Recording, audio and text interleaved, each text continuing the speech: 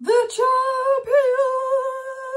champions! That is the anthem we'll be having next season when Liverpool will have their enjoy your 7-Up trophy, your so-called golden era Liverpool, because Man United have finished above Liverpool 2 out of the last 3 seasons. The Liverpool side that they were comparing to our greatest ever side, and they were claiming Van Dijk better than Vidic. Sit in Europa, because we've got 3rd place coming, we've got a Carabao Cup, and we're going to be stopping that City treble and winning the FA Cup, hopefully, and then be getting new owners in from Qatar, splashing the cash. Hopefully, we'll have to wait and see, but we will get new owners soon.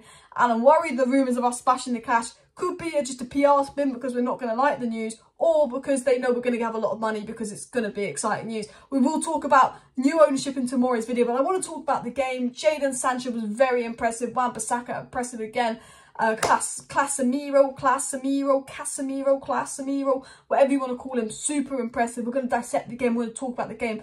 But top 4, I just want to say before I get into the game, the fact that Erik ten Hag has won a trophy and got top 4, possibly 3rd place in his 1st season for Manchester United is brilliant. It's absolutely brilliant. And, you know, we did not expect that at the beginning of the season. Imagine 2 trophies and a 3rd place finish. The only way United can improve on that next season is by winning the Premier League or the Champions League. That is the only way United can improve on that.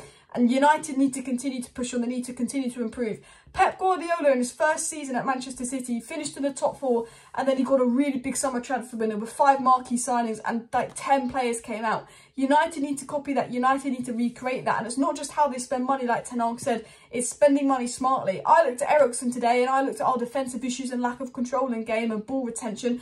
Mason Mount doesn't solve that issue. United need to have a real serious look and go, we need to get Ten Hag 5 top players in. We need to get Harry Kane. We need to get Diogo Costa. We need to get Kim Min-jae. We need to get Moises Caicedo, and then we can get Mason Mount, or Declan Rice and Mason Mount. That's what United need to do. But for me, I wouldn't... Mason Mount, I say today, does not fix our problems. Eriksen was poor. Mount brings the energy. Mount is improvement on Eriksen, but it doesn't fix our problems. We do lack control in games. Despite winning 4-1, Chelsea probably deserved to be 3-2 up in that 1st half.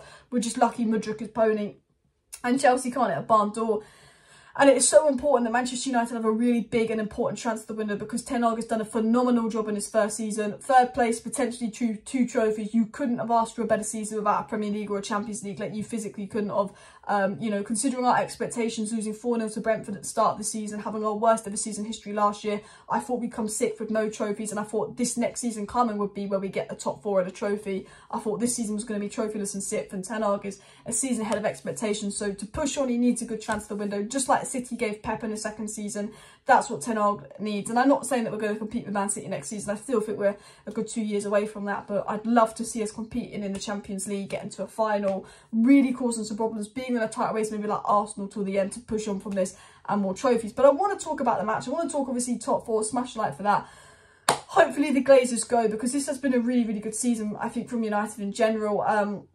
I have to say, Sancho at right wing, I want to talk about that. That is my 1st and most important talking point. I thought Sancho, I was saying, oh, he's been a bit unlucky, but his decision making was poor. And I've said this before, and I've said it so many times. Sancho is better at right wing, especially in Ten Hag's system. Ten Hag likes a touchline player to kind of play out wide, you know, and Sancho doesn't have the blistering pace. He doesn't take on his man, and when he gets the ball, Sancho sometimes likes to take a few touches and doesn't shoot. He likes to pass. You know, when Sancho's on the left-hand side, he's got to take on his man, he's got to cut, and he's got to shoot, he's got to score. When Sancho's on the right-hand side, he doesn't need his pace as much. He can be more creative. He can do those 1-2 touch passes. He can put in a cross to Martial. Sancho cross, Martial goal. I tell you what, if McTominay had scored and Bruno had scored, Sancho would have got 3 assists. Sancho could have got 4 assists today. Jadon Sancho was absolutely unbelievable. I'm going to just type Sancho in and see if I can find his stats, because he must have created 4 or 5 big chances, or at least chances, versus Chelsea. Look, I know it's Chelsea, I know it's a bad Chelsea side, but Jadon Sancho at right wing, he is so much better at right wing. He can be creative. He created 5 chances, is what's being reported, versus Chelsea. Probably should have got 3 assists today. You know, he just looked a different player on that right-hand side. He just looked so much better, so much more comfortable with the ball. And, you know, I think FA Cup final, Rashford striker, Sancho right wing, Garnacho left wing for me, or Rashford left wing, Martial striker. Anthony is out injured, and that is a shame, but I do think Sancho and I've always said this is better at right wing. Hopefully the Antony's injury isn't serious, but it looked pretty serious to me, and that's going to be a big miss, because I did think in the second half, in the second half we were brilliant, and we deserved to win the game in the second half, and I'm really happy with the second half performance from Manchester United. But I do think that kind of played into our hands in the fact that we just went 2-0 up and we could counter-attack them. We did kind of counter-attack Chelsea today, and I don't like the fact that when we go 1-0 up, we just let the other team have all the possession and we soak up pressure, and we become a counter-attack side, because I think we play worse. I think second half we were the better team. I think first half Chelsea were the better team, and I'm very, very lucky to be 2-0 up. But when you have a player with the quality of Casemiro, both of those 2 goals in the first half came from Casemiro, and he's an absolutely unbelievable quality player. So, you know, I have to give it to Casemiro. You know, it should have probably been 3-2 Chelsea in that first half. Chelsea could have scored 3 goals. We were very open, and that is because Bruno and Eriksen were poor. And I think Casemiro was unbelievable.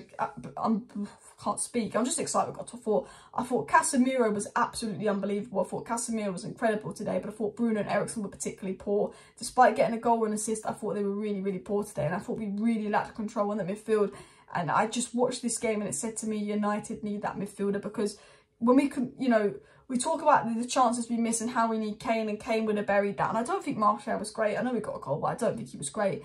But actually, you know, the reason United create chances is they create more when they control the game, and I think we're struggling to control games. I thought Fred, when he came on for Eriksen, helped, but I think defensively Bruno and Eriksen don't have the defensive capabilities and to help out Casemiro, and I just think we need someone a little bit more defensive minded to play next to Casemiro. We need a big improvement on Eriksen, and I don't think Mount brings that defensive capabilities. Yes, he's got the energy, yes, he can run more than Eriksen. You can tell that Eriksen is playing as a 30-plus-year-old who's had a heart attack. You can kind of tell that to an extent, but we just need to work on control. I do think if you sign a good goalkeeper, you sign Kim Min-jae and you sign Moises Caicedo, I think the control is there, and United would create so many more chances for the attackers anyway. But our problem isn't creating chances, it is scoring chances. And again, this is just the 5th millionth time this season where it's so obvious we need a proper midfielder and we need a proper striker, because they are 2 such obvious problems, and we see it every single game. Now look, Casemiro, unbelievable.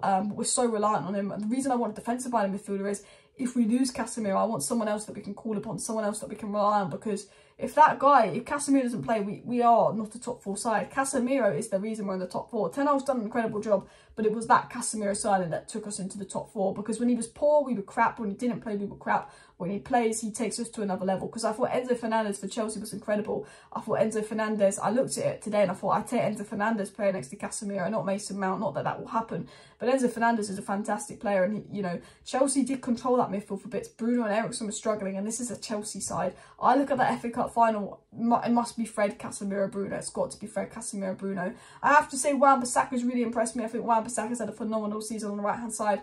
Wan-Bissaka was absolutely solid. Jadon Sancho was impressive. Rashford was good when he came on, caused Asby some problems. Garnacho was good when he came on, unlucky not to get the goal, and I'm happy with the Ten Hag subs.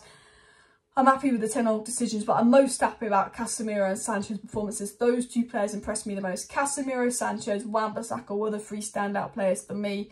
And, you know, I'm excited to see more Sancho right wing. I've always said I think Sancho was better on the right wing than the left. Rashford and Garnacho are our left wing options. Anthony and Sancho are right wing options. Kane and Martial will be our striker options, but potentially Rashford if we sell Martial and get another winger in. You know, I just think the only problem is if Bruno is bad and if Eriksen is bad, that could be a big issue. Sign Kane, but maybe Mount covers Bruno and Eriksen role, but sign another top midfielder on top of Mount. Mason Mount doesn't solve our problems. Kim Min-jae will help. I did think that defensively we weren't amazing, but you know, Chelsea did deserve to score a goal or 2, but I thought defensively it wasn't the defence, it was the midfield, if I'm being honest. And I think Joao Felix deserved a goal, because I think Chelsea did deserve a goal, and, you know. But the most important thing is, guys, we were in the top 4, we're playing Champions League football, and I forgot to say this at the start of the video.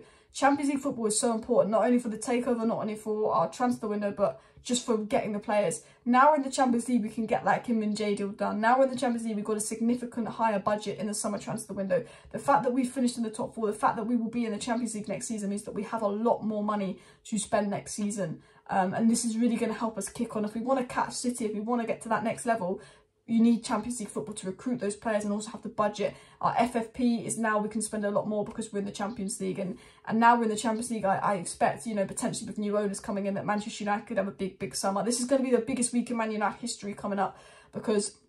And the next week, we're going to have that FA Cup finals to stop the treble. But more importantly, this is going to be a massive week, because this is going to be the takeover week. It's said that the preferred bid is going to be Pitt this week, so they can crack on with the transfer window. And I think now we're in a good position. This transfer window is so important. Smash a like, smash a like, subscribe. Let me know your thoughts on the game. I do think with Bruno, I know he's been poor today, but you could just tell he looked absolutely exhausted. I'm going to add that. You know, I'm going to add that as well. But thank you for watching. See you tomorrow with the takeover update. Bye.